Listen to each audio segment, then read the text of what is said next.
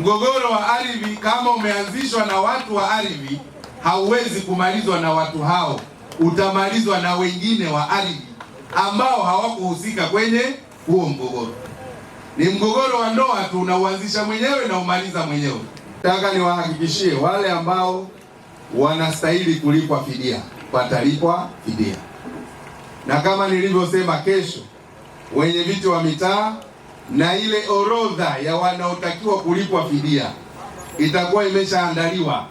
Tutawaita pia na hao watu kwenye serikali zenu huko, wataalamu watakwenda, watahakiki, tafunguliwa akaunti na tutakaa na mkurugenzi kupanga kila mtu anaanza kulipwa lini fidia yake. Tunataka tumalize kwanza changamoto ya baadhi ya maeneo, halafu sasa tubakize swala moja tu la golf course. Mahakama ikishamaliza uamuzi wake na hawa wazee wakishakuja kukaa na mimi, pia tutapatia ufumbuzi swala la golf course. Kwa hiyo muwe na amani, endeleeni kufanya kazi zenu, imarisheni amani ya mtaa wenu, lakini pia lazima tukubali kwamba maendeleo hayawezi kutokea kama tukiendelea kuishi wenyewe kwa wenyewe, na tusipokubali uwekezaji, tusipokubali watu kutoka maeneo mengine tuweze kushirikiana nao kwa ajili ya maendeleo ya maeneo yetu. Ingawa nasema maendeleo hayawezi kufikiwa kwa baadhi ya watu kudhulumiwa. Kwa hiyo wale wote ambao haki zao bado hazijasimamiwa, nataka niwahakikishieni kwamba haki zenu zitasimamiwa na zitalindwa. Kwa hiyo msiwe na wasiwasi. Lakini la mwisho pia, nilikuwa ninapitia kule Ilemela, nimepitia nikaona ofisi ya ardhi, wako watumishi wengi ambao wanajitolea, na mimi msimamo wangu ni kwamba lazima tuwe na orodha ya watu wachache ambao watasaidia serikali kumaliza migogoro ya ardhi, na wala sio kuwa na kikundi kikubwa cha watu lakini bado changamoto ya ardhi iko pale. Kwa hiyo Mheshimiwa Mkuu wa Wilaya, nilipitia nikaona tunao watumishi 25 ofisi ya ardhi, si ndio? Lakini tunao wa kujitolea zaidi ya 45. Sasa najiuliza, watumishi walioajiriwa 25, wanaojitolea 45, tena wanao wengine wako kama 20 mmewapa mikataba watu 15, wengine wanajitolea lakini sielewi wanalipwa na nani. Sasa wakati mwingine watu wa namna hii ndio ambao wanakusanya senti za watu, wakiwaambia mimi ni afisa wa ardhi pale jijini, njoo nitakupa hati, na mnaandika barua juu ya barua kwa niaba ya mkurugenzi. Sasa discipline inaondoka.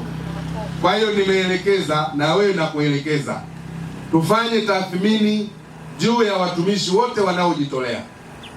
Sasa mko 75, tunataka wale 45 na zaidi wabaki watumishi wachache sana ambao wako kwenye kada zinazohitajika ambazo hatuna nazo pale halmashauri ya jiji, na wengine waende wakajitolee maeneo mengine, kwa sababu tukiacha namna hii ofisi za ardhi zimekuwa sasa jeshi la kambale. Hajulikani mtumishi nani, anayejitolea nani, wanapanga maamuzi haya, mkuu wa idara hayupo, barua imeshaandikwa.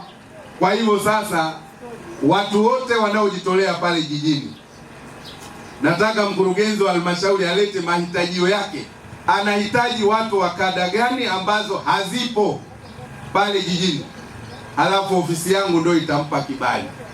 Kwa hiyo kuanzia sasa wale wengine wote wapumzike, wale wa mikataba yao ikishaisha wapumzike. Tutafanya tathmini ya nani ana uwezo wa kusaidia serikali katika utatuzi wa migogoro ya ardhi, na wala sio kuendekeza matatizo ya ardhi. Wale tutakaojiridhisha nao ndio tutakaoendelea nao kwa ajili ya kusaidia serikali, na kwa baada ya kuwa tumeshawafanyia vetting ya kutosha kwamba hawa ni msaada na wala sio kero kwa wananchi na kwa serikali. Hapa jijini pia hapa wako watu wamekaa hapa kwenye idara ya ardhi miaka 30, wanafanya kazi vizuri, lakini tunataka tufanye review ili tuwe na timu mzuri ya wataalamu wa ardhi watakaotusaidia kumaliza migogoro ya ardhi.